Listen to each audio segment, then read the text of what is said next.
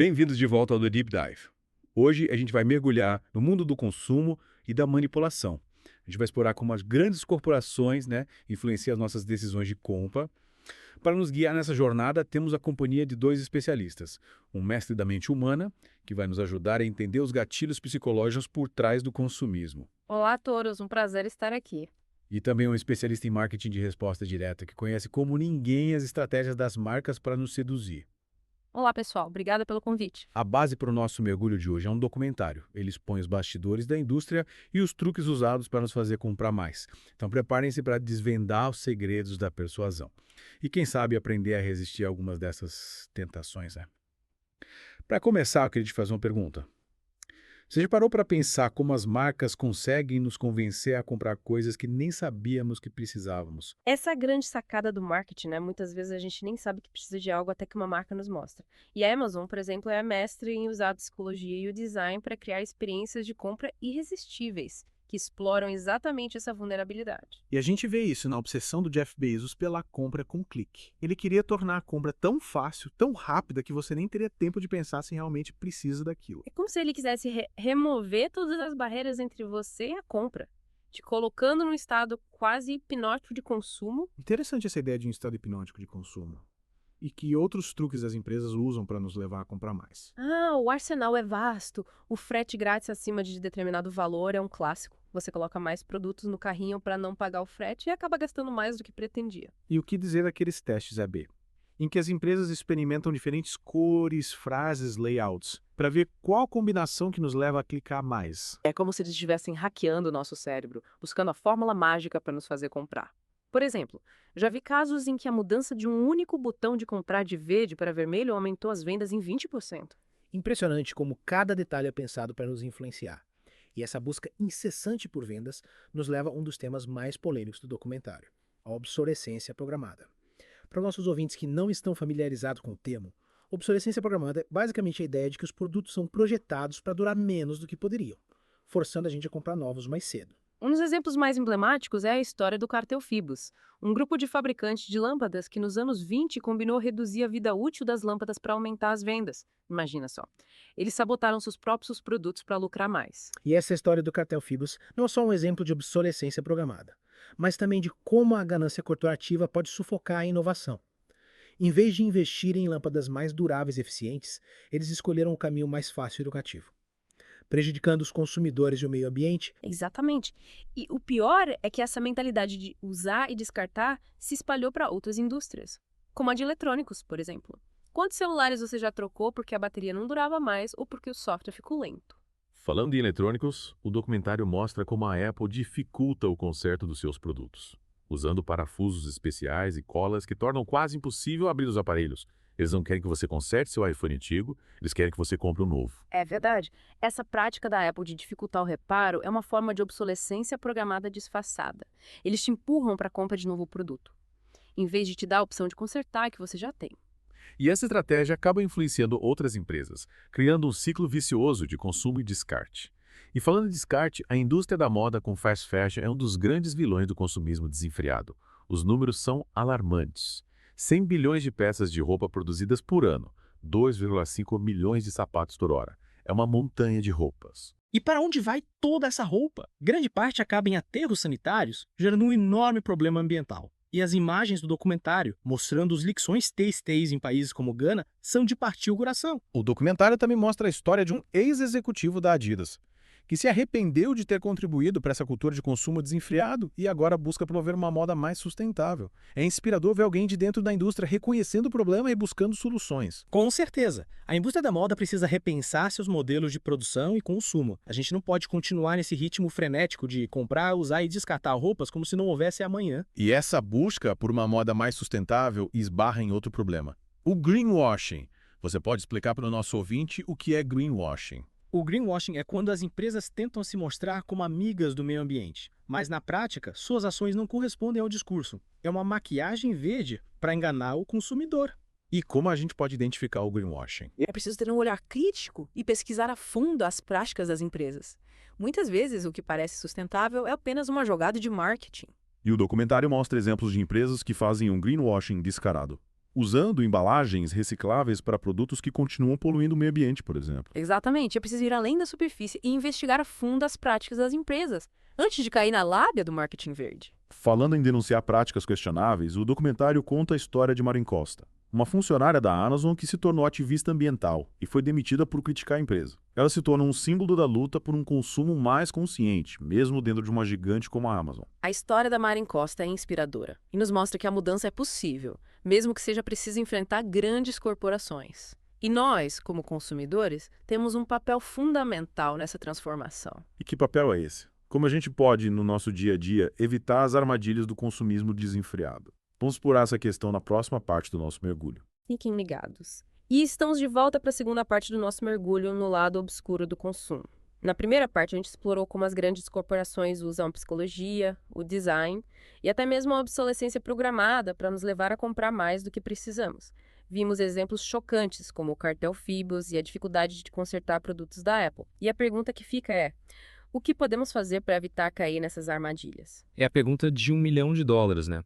Afinal, a gente está constantemente bombardeado com propagandas e ofertas irresistíveis. Mas o documentário também nos dá algumas pistas de como a gente pode resistir a essa avalanche de consumo. Uma das dicas mais simples, mais poderosas, é repensar a necessidade de cada compra. Perguntar a si mesmo: eu realmente preciso disso? Antes de qualquer compra já é um passo enorme. Muitas vezes a gente compra por impulso, sem pensar nas consequências para o nosso bolso e para o planeta. E se a gente realmente precisar comprar algo, o documentário sugere que a gente priorize produtos duráveis e consertáveis. Exatamente. Buscar produtos com maior vida útil que possam ser consertados em vez de descartados. É fundamental para combater a obsolescência programada. E se algo quebrar, que tal tentar consertar antes de jogar fora? Tem toda a razão. A cultura do conserto é uma arma poderosa contra o consumismo desenfreado. Já que a gente está falando em repensar nossos hábitos, o documentário também destaca a importância de apoiar marcas éticas e transparentes. Sim, é fundamental pesquisar sobre as práticas das empresas antes de comprar. Buscar informações sobre as condições de trabalho, o impacto ambiental da produção, a origem das matérias-primas. E como a gente pode saber se uma empresa é realmente ética e transparente ou se está só fazendo greenwashing? É preciso ir além do discurso e analisar as ações concretas. Buscar informações em fontes confiáveis, como ONGs e órgãos de defesa do consumidor. E desconfiar de promessas muito fáceis, bonitas demais para serem verdade. Outro ponto importante abordado pelo documentário é a necessidade de reduzir o consumo de fast fashion. A indústria da moda é uma das mais poluentes do mundo. E o ritmo acelerado de produção e descarte de roupas tem um impacto devastador no meio ambiente. Exatamente. O fast fashion nos incentiva a comprar roupas baratas e descartáveis, alimentando um ciclo vicioso de consumo, em vez de comprarmos dezenas de peças que a gente usa poucas vezes. Que tal investir em peças de maior qualidade, duráveis e atemporais? E se você está procurando alternativas ao fast fashion, o documentário sugere explorar brechós, lojas de roupas de segunda mão e marcas que trabalham com materiais ecológicos e produção local. São ótimas opções para quem quer se vestir bem sem prejudicar o planeta. E de quebra, você pode encontrar peças únicas e originais. O documentário também apresenta o minimalismo como um estilo de vida que pode nos ajudar a escapar da armadilha do consumismo desenfreado. O minimalismo nos convida a ter menos coisas, mas de melhor qualidade, e a focar no que realmente importa. É um processo de desapego do excesso e de busca por uma vida mais simples e significativa. E você acha que o minimalismo é uma solução realista para a maioria das pessoas? Adotar o minimalismo como estilo de vida é uma decisão individual, mas acredito que os princípios do minimalismo podem ser aplicados por todos, em diferentes graus. A ideia central é questionar o que realmente a gente precisa para ser feliz e buscar uma vida mais consciente e intencional. Faz muito sentido. E que outras dicas você daria para quem quer consumir de forma mais consciente? Uma dica importante é planejar suas compras, fazer uma lista do que realmente precisa e evitar compras por impulso. Outra dica é pesquisar preços e comparar as opções antes de comprar. E não tenha medo de dizer não para as tentações do consumo. Lembre-se, você tem o poder de escolha. Ótimas dicas. E o documentário nos mostra que essa mudança de atitude de consumidor passivo para consumidor consciente é fundamental para pressionar as grandes corporações a mudarem suas práticas. Com certeza. Quando a gente se torna consumidor consciente, a gente manda uma mensagem clara para as empresas. Queremos produtos de qualidade, duráveis, produzidos de forma ética e sustentável. E essa pressão dos consumidores é fundamental para que a gente consiga construir um futuro mais justo e sustentável. E falando em futuro, na próxima parte do nosso mergulho, vamos conhecer histórias inspiradoras de pessoas e iniciativas que estão fazendo a diferença na luta contra o consumismo desenfreado. Fiquem ligados para a parte final do nosso Deep Dive. De volta para a última parte do nosso Deep Dive sobre consumo e manipulação, já vimos como as grandes corporações tentam nos manipular para consumirem mais do que precisamos. Exploramos os problemas do consumismo desenfreado. E na parte anterior, a gente discutiu alternativas para um consumo mais consciente. Mas será que existe uma luz no fim do túnel? É o que vamos descobrir agora. Nesta parte final, a gente vai conhecer algumas histórias inspiradoras de pessoas e iniciativas que estão desafiando o sistema e mostrando que um futuro mais sustentável é possível. Uma das iniciativas que mais me chamou a atenção no documentário foi o movimento pelo direito ao reparo. Você podia explicar melhor para o nosso ouvinte do que se trata esse movimento? Claro, o direito ao reparo defende que os consumidores tenham acesso a informações, peças e ferramentas para consertar seus próprios produtos em vez de serem forçados a comprar novos a cada pequeno problema. É uma luta contra a obsolescência programada e a favor de uma cultura do conserto. Ou seja, em vez de jogarmos fora um eletrônico quebrado, a gente podia ter a opção de consertá-lo, prolongando a vida útil e reduzindo o impacto ambiental. E o mais interessante é que esse movimento está ganhando força em diversos países, inclusive nos Estados Unidos, com projetos de lei sendo discutidos para garantir o direito ao reparo. Exatamente. E a pressão dos consumidores e de organizações da sociedade civil tem sido fundamental para avançar nessa pauta. Inclusive, o documentário mostra que a própria Apple, após anos de resistência, cedeu à pressão e lançou um programa que permite aos usuários consertarem seus próprios iPhones. É uma vitória importante. Isso mostra que a mobilização dos consumidores pode sim fazer diferença e pressionar as grandes corporações a mudarem suas práticas. E falando em práticas mais sustentáveis, o documentário nos leva para Gana, onde a gente conhece um estilista que está transformando lixo têxtil em peças de roupa incríveis. Ele é um exemplo brilhante de como a criatividade e a sustentabilidade podem andar de mãos dadas. Em vez de descartar toneladas de roupas, ele as transforma em peças únicas e originais, dando uma nova vida aos materiais que seriam jogados fora. É realmente inspirador ver como ele está contribuindo para reduzir o impacto ambiental da indústria da moda. E essa mudança de mentalidade de ver o lixo como um recurso é fundamental para a gente construir um futuro mais sustentável. E não podemos esquecer daqueles que estão desafiando o sistema de dentro para fora.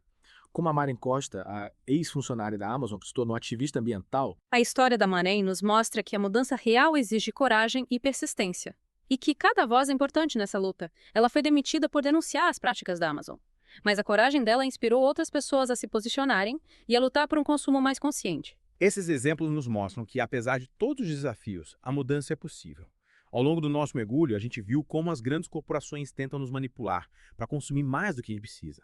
Mas a gente também viu que nós, como consumidores, temos o poder de fazer escolhas mais conscientes e de pressionar as empresas a mudarem suas práticas. Exatamente. Ao repensarmos nossos hábitos de consumo, priorizarmos produtos duráveis e consertáveis. Apoiarmos marcas éticas e transparentes e nos engajarmos em iniciativas que promovem um consumo mais consciente. A gente está contribuindo para um futuro mais justo e sustentável. E para finalizar o nosso mergulho, eu te devolvo a pergunta que fiz no início. Você já parou para pensar como as marcas conseguem nos convencer a comprar coisas que nem sabíamos que precisávamos? Depois de tudo que a gente viu e ouviu hoje, eu acredito que a gente tem mais ferramentas para responder a essa pergunta e para fazer escolhas mais conscientes como consumidores. Com certeza. Conhecer estratégias de persuasão utilizadas pelas grandes corporações e os impactos do consumismo desenfreado nos empodera para dizer não quando for necessário e para buscar alternativas mais sustentáveis. Então, o que você está esperando? Comece hoje mesmo a repensar seus hábitos de consumo. Pesquise sobre as marcas que você consome, busque alternativas mais sustentáveis, apoie iniciativas que promovem o consumo consciente. Lembre-se, pequenas ações podem gerar grandes transformações. Que tal a gente desafiar a nós mesmos a consumir de forma mais consciente a partir de agora? É um ótimo desafio. Juntos a gente pode construir um futuro mais justo e sustentável. Até a próxima no The Deep Dive.